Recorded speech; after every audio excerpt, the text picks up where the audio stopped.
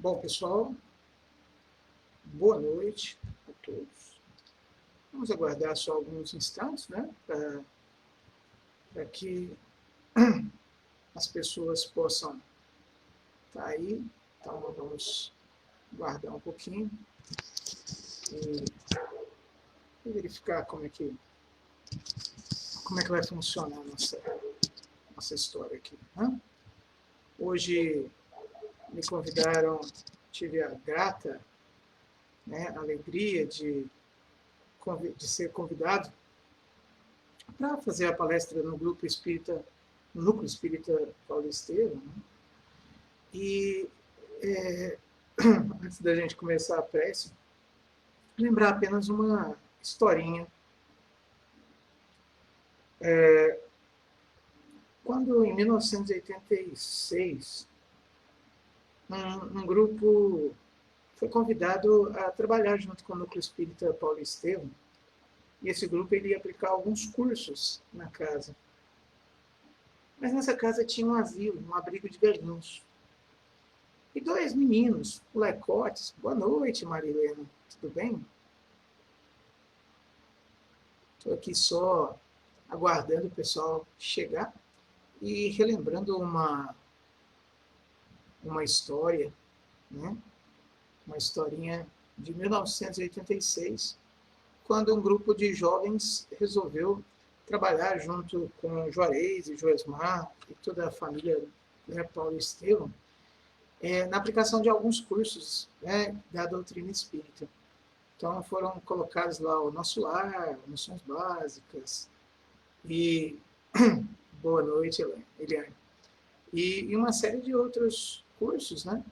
E só que dois moleques, menininhos ainda, 16 anos, um tinha 15, outro tinha 13, esses meninos, eles começaram a trabalhar com a evangelização lá, com a mocidade, né? Ajudaram a criar a mocidade naquela época.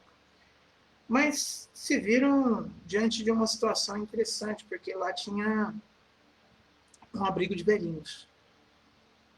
E nesse abrigo de velhinhos, naquela época, né, a gente é estimulado, não, vocês têm que fazer caridade, vocês têm que fazer caridade. E o pessoal falou, olha, por que vocês não vêm visitar os velhinhos? Seria ótimo ouvir as histórias deles, seria ótimo se ligar a eles, eles precisam muito de vocês. E esses dois jovens foram. Eles chegaram lá e tinham um senhor, o senhor Chico. Ele era um senhor que tinha perdido as duas pernas e ficava só na cama. Mas ele recebia esses moleques numa alegria. E ele começava a contar umas histórias. E toda semana esses meninos chegavam mais cedo. Eles pegavam a bicicleta aqui no Martins e iam de bicicleta até no Paulo Estevam, né, chegando mais ou menos 7 da manhã, porque 8 horas eles teriam que fazer a mocidade, trabalhar os cursos e tal, mas eles queriam ouvir as histórias dos velhinhos. E o que eles não perceberam é que eles ficaram dependentes das histórias. E quando o seu Chico desencarnou, eles sentiram dor. Eles sentiram a falta das histórias. E eles viram que naquela situação de caridade que eles pensavam que estavam fazendo, quem era o carente eram eles. Eles eram os carentes de histórias. Eles eram carentes de envolvimentos, de situações que nunca pensaram que iam sentir falta. E o nosso bate-papo hoje é exatamente sobre a questão da caridade. Esses dois meninos éramos eu e um outro palestrante que geralmente está aplicando palestras por aqui também, que é o Lívio de Paula, filho do Laerte e a Vera de Paula. Né? E é uma gratidão muito grande a gente voltar ao Núcleo Paulo Estevam aí, pelo menos, né, aplicando uma palestra agora. Como já são 8 horas, vamos fazer a nossa prece, né? E vamos, então, elevar os pensamentos ao mais alto, agradecer ao Mestre Jesus por mais essa oportunidade de, à luz da doutrina espírita, discutirmos sobre situações tão importantes, tão inusitadas, tão interessantes. que possam transformar nossa alma, que possam nos conduzir a uma mudança significativa, uma mudança realmente importante de paradigmas nas nossas vidas. Que Deus abençoe a todos os lares aqui presentes, hoje e sempre. Que assim seja. Bom, primeiro, novamente, gostaria de agradecer a oportunidade. E hoje o nosso tema é sobre caridade moral e caridade material numa visão, numa perspectiva científica. Quando eu falo de perspectiva científica, eu estou fazendo especialização em neuropsicologia e em neuropsicopedagogia. E uma das coisas mais brilhantes que eu tenho descoberto nesses cursos é que algo que André Luiz falava lá em 1945, 1947, com alguns livros, as pessoas estão descobrindo agora. Ou seja, nós tínhamos a espiritualidade falando de uma série de situações que aconteciam no cérebro humano, que aconteciam na questão da transformação do espírito e na influência do corpo, mas não existia ainda material suficiente para uma comprovação científica. Ainda não existiam aparelhos que pudessem comprovar cientificamente qualquer um desses aspectos que nós vamos falar aqui. Então, foi preciso a ciência avançar muito para que alguns dos ensinamentos de André Luiz, naquela época ainda, fossem explicitados pela visão material, pela visão da ciência, né? Vamos dizer assim. Então, nós vamos começar com uma situação extremamente importante. Vamos definir. Porque sempre quando a gente trabalha no campo espiritual, é interessante a gente lembrar o seguinte. Quando às vezes eu falo assim, olha, vamos conceituar isso. Conceito é uma visão muito pessoal. Tá? Como professor de português, quando a gente conceitua, eu estou te dando a minha visão. Mas a partir do momento que eu defino, eu estou partindo de um paradigma, eu estou partindo de um pressuposto que já é aceito, ou seja, é quase um axioma. Então, quando a gente define a questão da palavra caridade, o dicionário ele coloca caridade como a virtude teologal que conduz o amor a Deus e ao nosso semelhante. Então, é importante essa primeira ideia de definição. Poxa, o que seria caridade, então? Seria a ideia de uma virtude. Virtude que conduz o amor a Deus e ao semelhante. Essa é a visão do dicionário. Por uma situação de substituição, por uma alegoria, uma metonímia, ou seja, uma figura de linguagem que substitui uma coisa por outra, é ato pelo qual se beneficia o próximo, especialmente os pobres e os desprotegidos. Essa é uma outra definição do dicionário, que é uma definição que ela é muito mais material do que moral. Ato pelo qual se beneficia o próximo, aí o exemplo que ele deu é a ideia dos pobres e dos desprotegidos. Tá. Primeiro, essa questão do pobre, ela é muito interessante. Bem-aventurados os pobres de espírito. Quem é pobre? Para nós espíritas que acreditamos na imortalidade da alma, na pluralidade dos mundos habitados, nas várias e várias encarnações, ser pobre, para a nossa visão, não tem muito a ver com a questão do dinheiro. Essa é uma visão material. Então, quando se conduz essa definição, nós precisamos ampliar um pouquinho, e aí a gente tem que ir lá em Kardec. Na pergunta 886 do Livro dos Espíritos, o Kardec pergunta: qual o verdadeiro sentido da palavra caridade, como entendia Jesus? Ou seja, o Kardec foi... vocês estão falando o tempo todo aqui de caridade, no Evangelho tem caridade, tem uma série de situações que falam de caridade e que caridade pode nos levar a uma transformação fantástica. Tá, então, para Jesus, ele não perguntou para nós, para a materialidade, não, para Jesus, qual é o sentido da caridade? E o Espírito de Verdade simplesmente fala, olha, benevolência para com todos, indulgência para com as imperfeições dos outros e perdão das ofensas. Então, para o Cristo, Ser caridoso é ser benevolente. Poxa, ser benevolente é olhar o próximo, é ver suas necessidades. Mas ele não falou isso só. Indulgente para com as imperfeições. Quer dizer, é o tal do não julgueis.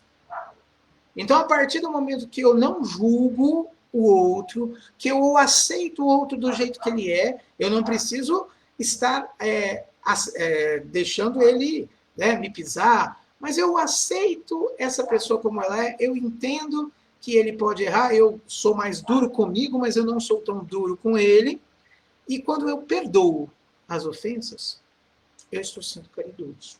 Eu estou praticando a verdadeira caridade. Não para Adriano, não para qualquer outra pessoa, mas sim para o Cristo. E quem disse isso? O Espírito de verdade.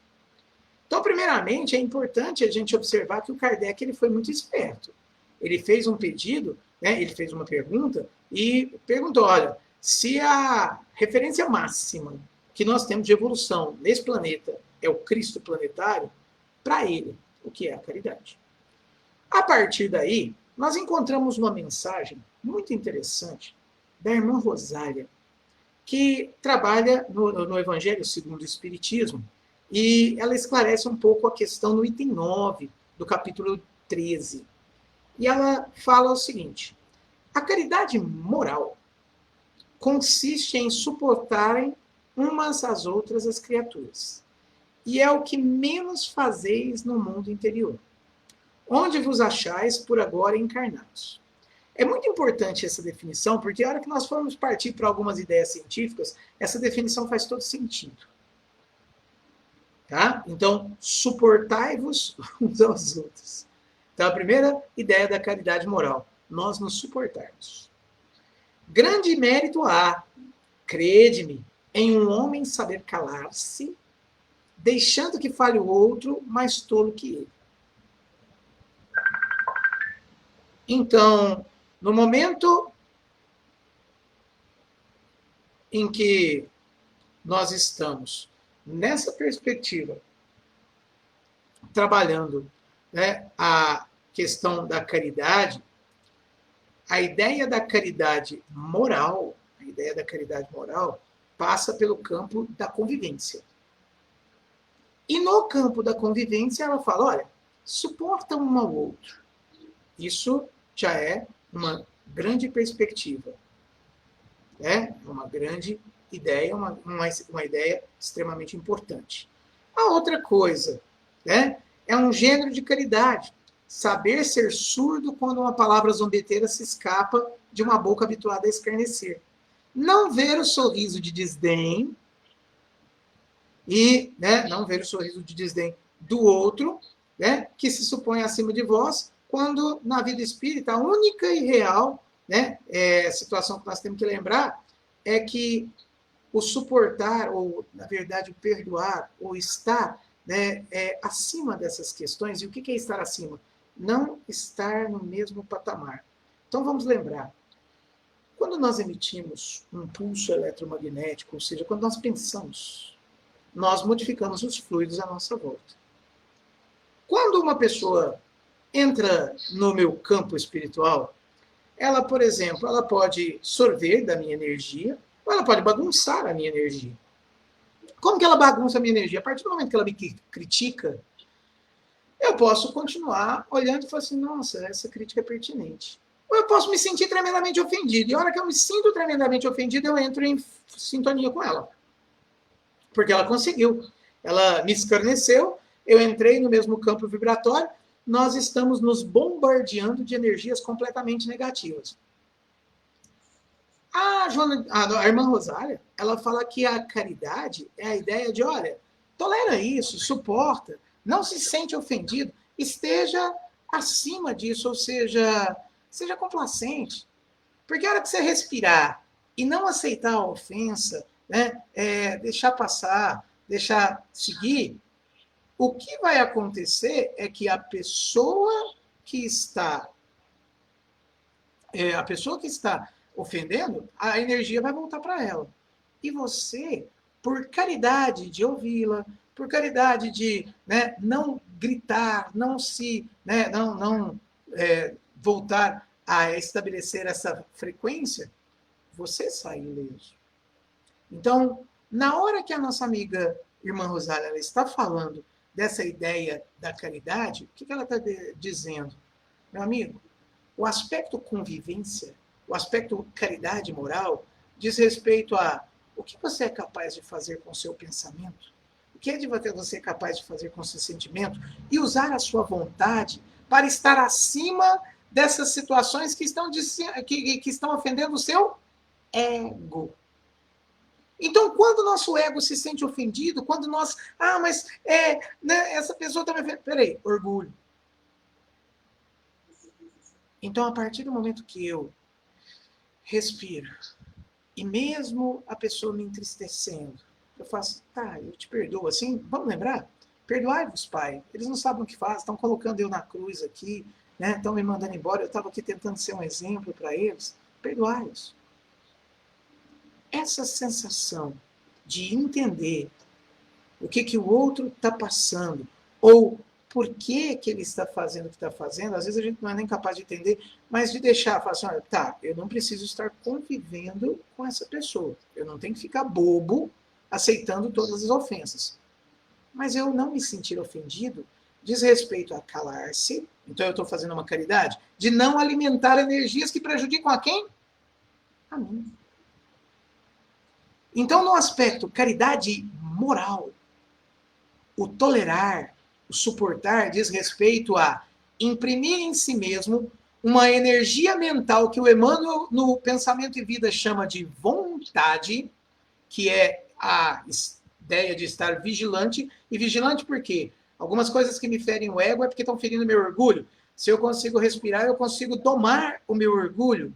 A partir do momento que eu uso essa energia vigilante para me calar diante de determinadas ofensas e, às vezes, até me afastar, às vezes entender que a pessoa fez isso, né, estar disposta até a ouvir sem se sentir ofendido, esse é um ato de caridade. Mas é um ato que volta para você imediatamente. É um ato que beneficia muito mais a você do que o outro. Então, vamos pensar. Nós, em outras encarnações, matamos alguém, de repente nós estamos numa reunião mediúnica, esse alguém chega e começa a te ofender.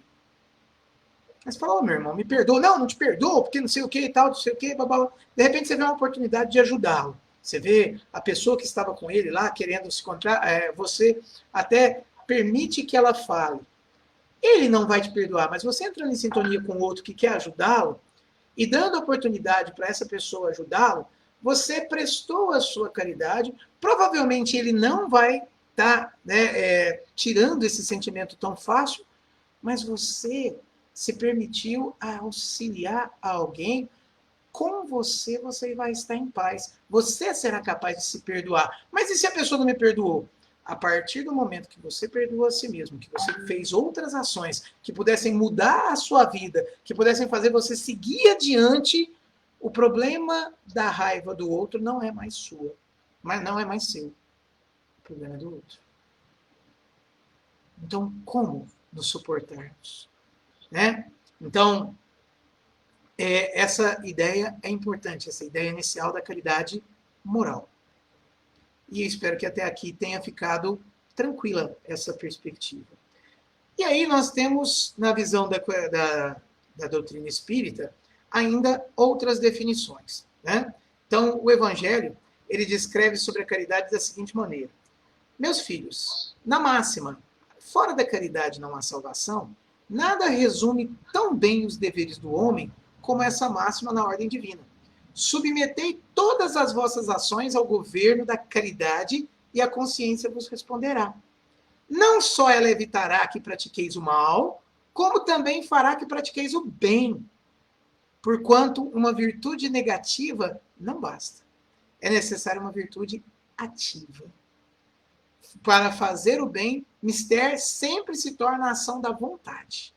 Para que não pratique o mal, basta mais das vezes a inércia e a despreocupação. Então, você ouvir a pessoa fingindo que está ouvindo e nem ouvir, isso é inércia, né? É estar desocupado. Caridade, você prestar atenção. Você emprestar seu ouvido.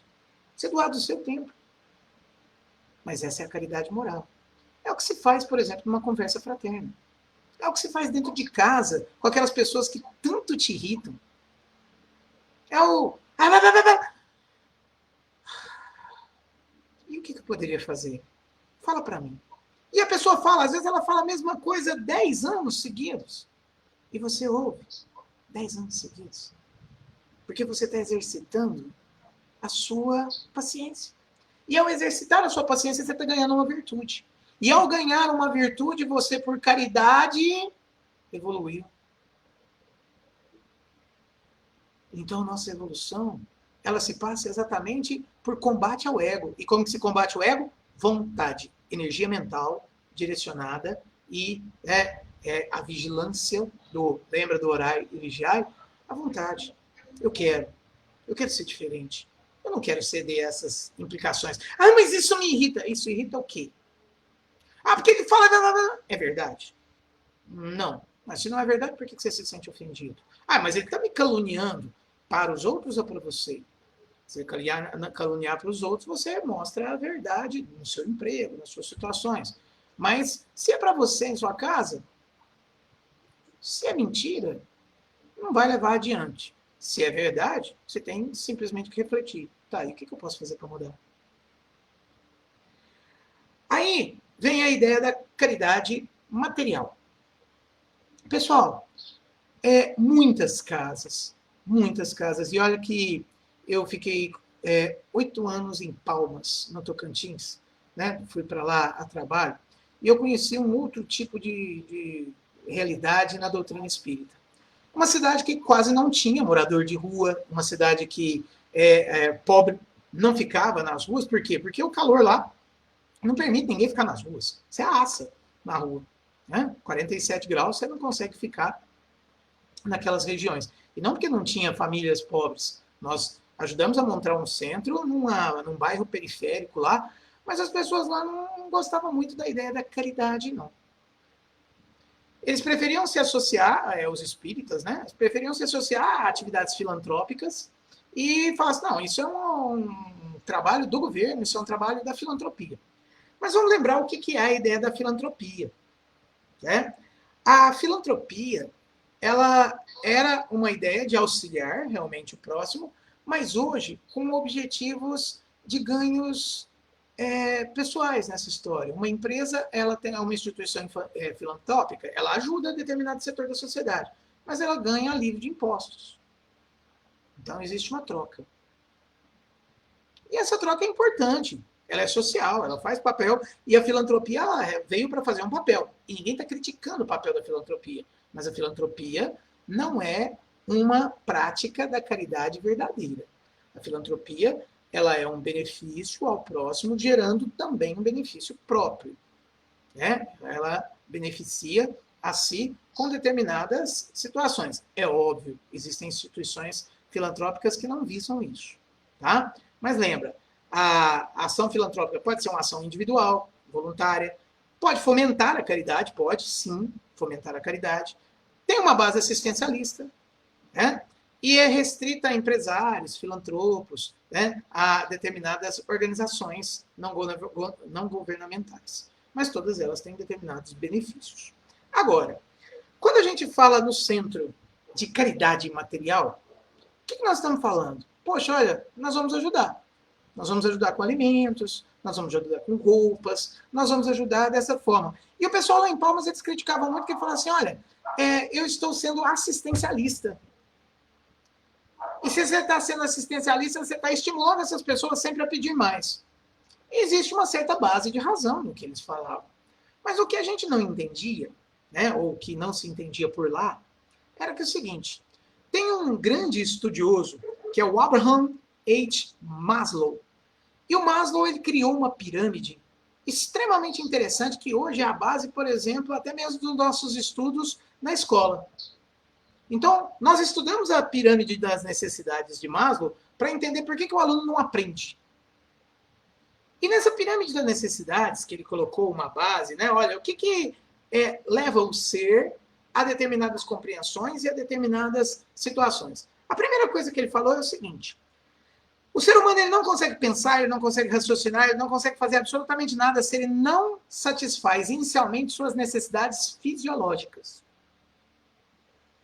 Então quer dizer que no nosso lado mais primitivo, no nosso lado mais animal, para que a gente consiga a racionalidade, nós precisamos primeiro satisfazer as nossas necessidades básicas, ou seja, alimentação, sono, repouso, abrigo, desejo sexual.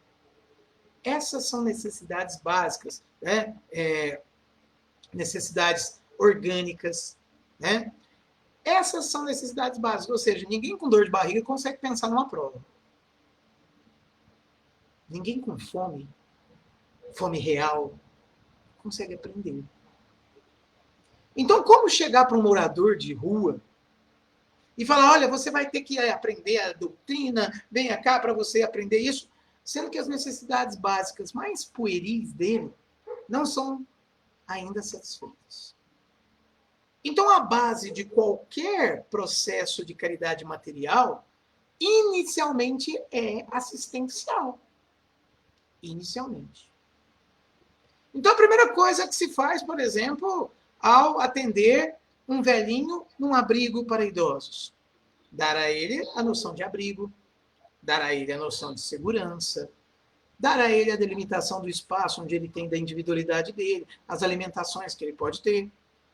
Como que se faz para um morador de rua? Primeiro, se oferece a ele um banho, se oferece a ele um café da manhã reforçado. Essa base assistencialista, se ela não existir, o resto que muita gente quer impor, não vai. Porque a pessoa não tem nem condições de pensar. Satisfeita essa base assistencialista, satisfeita essa base fisiológica inicial, a segunda sensação é de segurança. Então, na pirâmide de Maslow, o que ele fala? Segurança física, segurança no emprego, proteção de ameaças, segurança da família. Então, imagina, você está lá oferecendo lanche para o morador de rua. Ele comeu, muita gente dá comida para ele, mas ele não confia em você. Você deu uma comida para ele, ele está ali, ele costuma apanhar na rua, ele costuma ser perseguido. Ele precisa sentir um lugar em que ele se sinta seguro. Assim como nós. Você está dentro da sua casa. Tá, você satisfez suas necessidades básicas. Você tem comida, você tem lugar para dormir. Mas você se sente seguro perante seus pais? Você se sente seguro perante os seus familiares? Se você não tem essa segurança, o que falta para nós oferecermos segurança para as pessoas que estão ao nosso lado? Para as pessoas que nos amam. Como que elas poderiam se sentir seguras ao nosso lado? Elas sentem que a gente só critica? Elas sentem que nós somos um apoio para os sonhos delas? Elas sentem que nós colocamos elas no lugar certo quando precisa? Ou só colocamos ela no lugar certo porque nós falamos as verdades para todo mundo e achamos que a nossa verdade é maior que todos? Vocês viram como que a caridade material, no próximo ponto, que é a questão da segurança, ela já parte para um lado de caridade moral. Então, a função de um centro espírita. O centro espírita não tem que ser assistencialista. Ele, para ajudar o próximo, ele tem que começar assim, a distribuir uma sopa ao assistencialismo, para que no próximo passo, ele possa oferecer, por exemplo, a segurança. As pessoas se sentindo parte daquela família, elas se sentindo acolhidas, elas sentindo que aquele espaço elas são respeitadas, elas partem para o próximo passo, que é o espaço social. É o espaço em que elas se abrem, que elas começam a criar relações afetivas. Gente, se a pessoa começou a criar relações afetivas, existiu uma experiência muito interessante, agora a ideia científica, né? Uma experiência em que um senhor ele colocou vários ratinhos isolados e ele colocava o ratinho tomando uma água normal e o outro indo para uma água com cocaína. Esse ratinho isolado, ele sempre ia atrás da água com cocaína. Aí, houve a experiência e ele falou assim, tá vendo? O ser, animalizado, ele sempre tem a tendência a ir para aquilo que, né, nubla seus sentidos. Um outro cientista não gostou da ideia e falou assim, então tá, então vamos mudar? Vamos colocar aqui um parque temático para ratos. Tem aqui a aguinha com cocaína, tem uma série de outras águas, mas esses ratos estão socializados. E a hora que ele colocou muitos ratos juntos, os ratos que conseguiam se juntar mais, eles iam para a água pura, eles não iam para a água com cocaína. Até experimentavam, mas não queriam, porque eles tinham a ideia da socialização. Quando as pessoas fazem parte de um todo, quando elas se sentem parte de algo, quando elas se sentem parte de uma família, quando elas sentem que são aceitos pelos companheiros, quando elas sentem afeto, essa relação social, ela se torna tão forte que é capaz de lidar com vícios. Nossos jovens na casa espírita têm o espaço que eles precisam? Ou o tempo todo, como adultos, nós falamos, não, mas esses jovens são descabeçados, esses jovens não sabem fazer. Nós demos a eles uma relação de confiança, um pouquinho de autonomia, para que eles pudessem, dentro do espaço deles, começar a crescer e perceber que eles podem ter experiências, sim, mediúnicas, porque as médiums que o Kardec pegou para fazer o Livro dos Espíritos tinham 14 e 16 anos, que eles podem aprender desde que estudem, desde que se comprometam, desde que demonstrem responsabilidade. Por que nós achamos que as gerações que estão vindo, que são espíritos como nós, que já reencarnaram várias vezes, são muito mais imaturos que nós? Nós estamos protegendo eles de tudo e eles perdem em nós a ideia da confiança, porque nós não damos espaço. E se nós não damos espaço, eles vão procurar isso em outros lugares. Será que não estamos faltando com a caridade em confiar para que nessa confiança as pessoas se sintam mais próximas a nós? A partir do momento que eu ganho esse espaço social, eu tenho a questão da estima. Ganhei autoestima, ganhei confiança, né? Ganhei aprovação social, ganhei respeito dos demais. Eu me sinto gente. No Missão e Luz, que é onde eu frequento, nós começamos lá dando sopa para os moradores de rua. E o trabalho ele foi crescendo de uma maneira que, uma vez por mês, no domingo, a gente fazia o trabalho, e 17 casas espíritas nos ajudavam, voluntários de todos os lugares. Os moradores de rua tomavam banho, eles tinham passe, eu ficava na sala de passe, então tinha passe com todos ali, né? Eles iam tomar café, eles tinham uma palestrinha que eles assistiam e eles esperavam para almoçar com a gente, e uma série de atividades. Um dia um espírito chegou e falou assim, olha, vocês já conseguiram conquistar esses nossos amigos que eles acham que estão vindo aqui num lugar legal. Está na hora de partir para o próximo passo. Fugir da base assistencialista e começar a promover esses moradores de rua. E a gente pensou, poxa, como? Hoje existem lá alguns convênios com hotéis, porque o morador de rua que fala assim, não, eu quero sair da rua, ele tem como pagar baratinho, porque tem convênios também com 3 construtoras. Se eles quiserem, eles podem trabalhar e ganhar R$50 por dia de trabalho. Tem convênios com 2 clínicas de recuperações de viciados, porque se eles se sentem acolhidos e querem realmente sair do vício, existem aquelas clínicas que podem acolhê-lo. Existem pessoas da prefeitura que estão ali ao lado fazendo documentação para o cara não se sentir perdido. Existe conversa fraterna. Existe uma enfermeira que explica para eles sobre relações sexuais e doenças sexualmente transmissíveis. Já se conseguiu fazer toda uma teia e eles chamam aquele momento de festa. É lógico que alguns não mudam, porque ninguém muda ninguém. Mas muitos conseguiram sair disso. E eu queria lembrar de vocês uma historinha.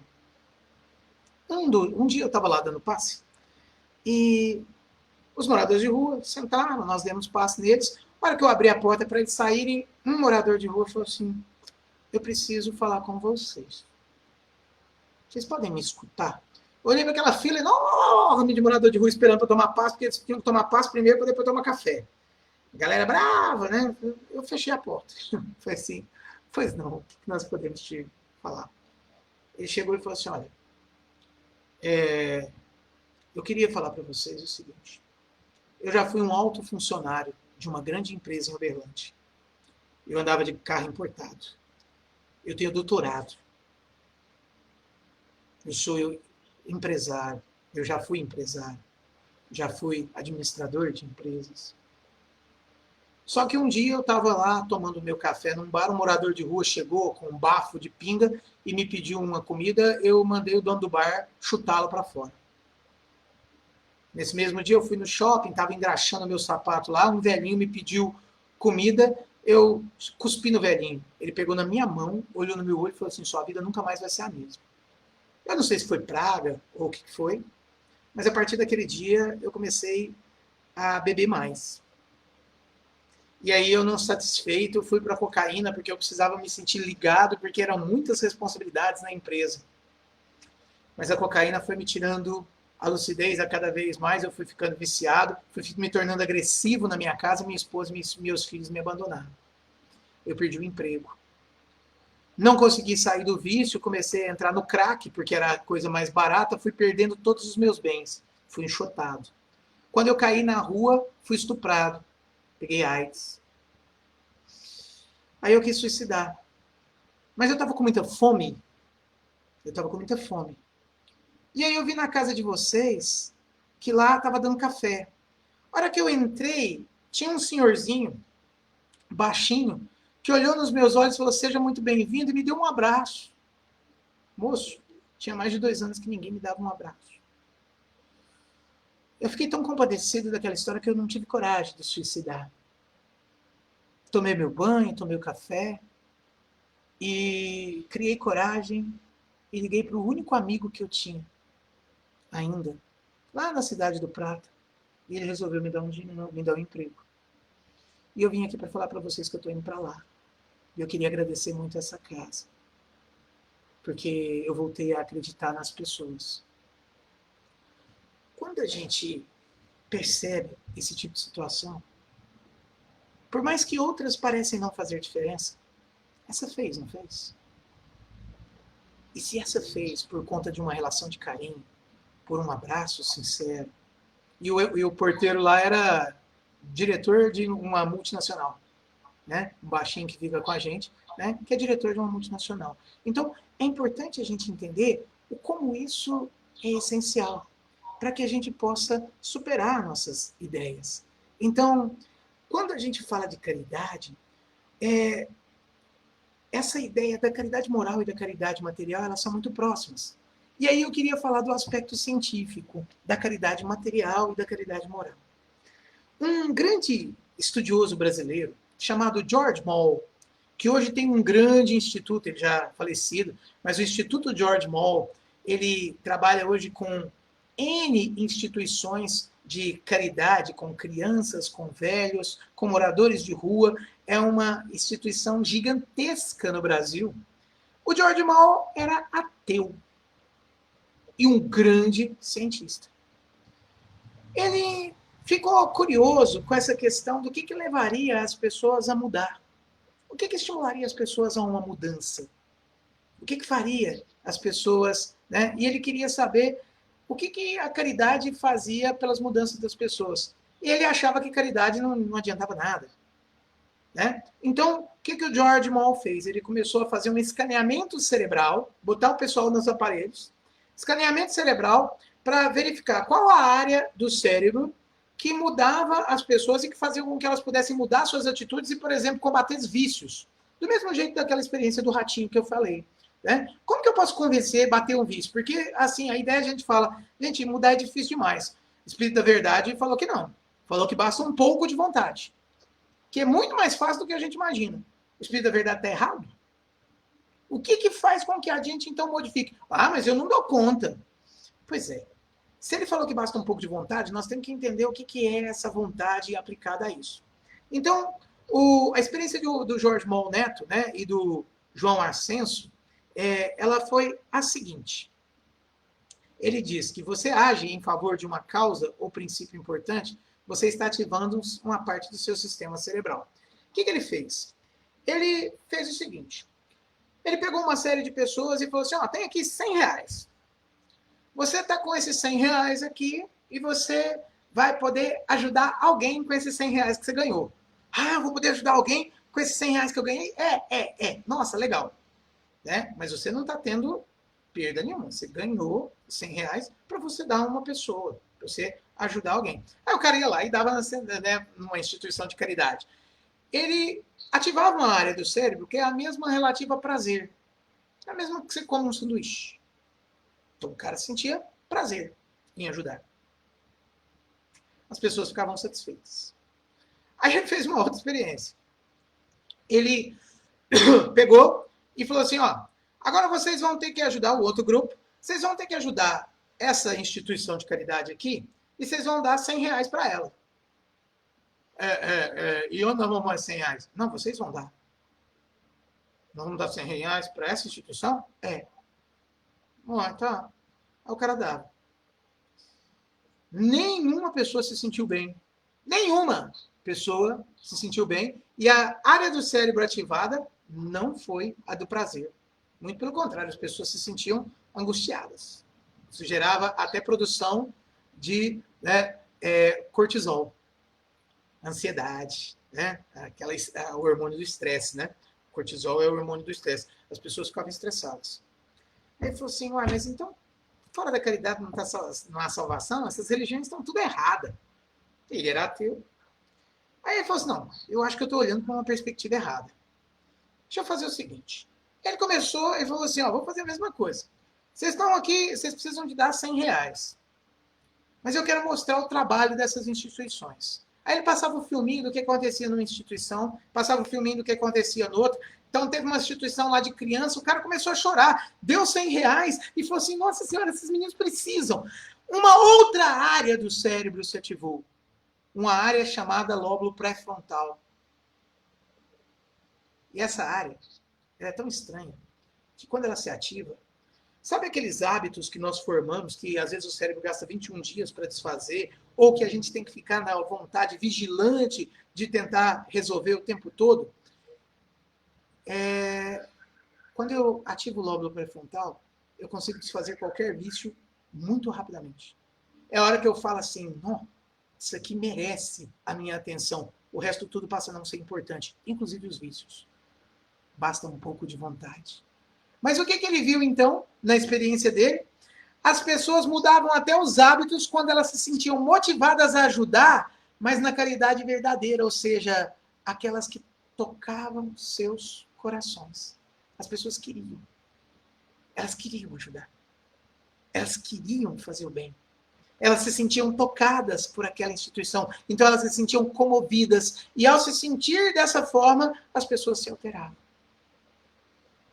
Então, pessoal, curiosamente, cientificamente, fora da caridade não há salvação. Quando eu realmente me importo com o próximo. E quando isso é sincero. Não é para eu obter um favor da espiritualidade superior. Não é para eu trocar uma sopa por um tempo de falta de dor de cabeça porque a minha mediunidade está me atrapalhando. Não.